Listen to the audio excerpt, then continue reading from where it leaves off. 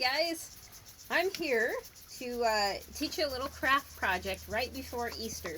So I know there's a lot of tutorials out there on Easter baskets.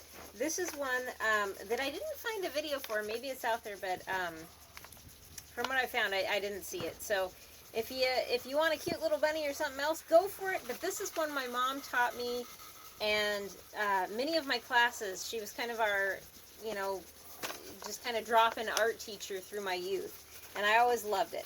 So, what you're going to need is 3 brown bags. And what works best is the little lunch sack brown bags. But I don't have any of those. So, if this time, with everything going on, we're making do with what we got, right? So, if you want a bigger Easter basket, the regular bags from, like, the market work just fine. You're going to need 3. So, the first one you fold down to about here. And then the second one, again, you're going to want to try and find them roughly all the same size, or at least 2 of them the same size, because as you fold them, you want to have a decent little lip on them. And they're kind of tough to fold, so you got to be kind of gentle with them and have some patience. But the fun thing about these Easter baskets is you're basically working with a blank canvas. So before you even start the baskets, you can have the kiddos, or even if you guys are like me and you still love Easter baskets as an adult, you can paint the bags or spray paint the bags. You can color them with colored pencils. You can do like bunny handprints on them and put little cotton balls as the tails. I mean, there's so much you can do, again, because they're a blank canvas. And you can do stuff afterwards. I mean, I am going to think about using this one, and I've got a whole slew. Well, it's taped up right now. There we go. I've got a whole slew of interesting buttons that you can, like, sew on there onto the handles and stuff to make it look kind of cute and pop-ish. You can even go out and get some spring flowers and add to it. Now, if you're like me right now and you're trying not to go to the store a whole lot, or if you're very environmentally friendly, and I try and be as much as I can, for the grass, you can even go outside and get, like, if you're on a farm, get some hay. They've got this stuff that comes with baskets, and you can get some of that. Like at a garden center that's outside. Or shoot, you could even just go get some real grass right now. It's warm enough and long enough that it seems like that's doable.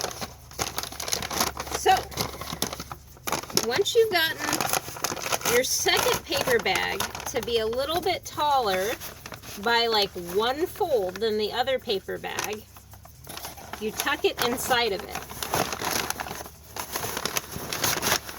Just like that.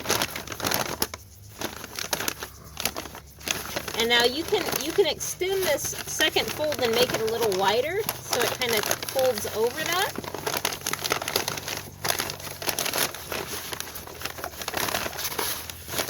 Or you can leave them stacked like that, however you like. So that's the first part of it.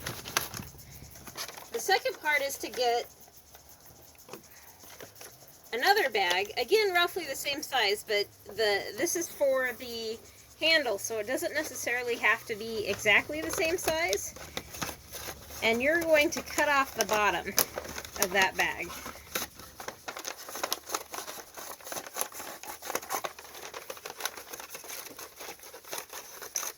You could even have the kids, or, yourself, if they're really little, color the leftover parts of the bags green and shred those up for grass to go inside of it. So, again, basically you're doing the same thing. You're just taking it and you're rolling it. You're just making a reinforced handle. You could even, if you wanted to keep it simpler, you could even fold it to where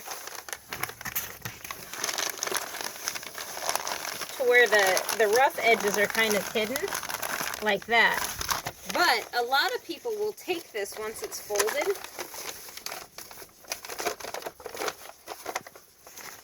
And they will put the handle like that through the bottom so you can pick it up. I like to fold it and cut it and then do some hole punches right through these and make a little bow because I think it's cute. So I'm going to finish rolling this and I'll be right back to show you the rest.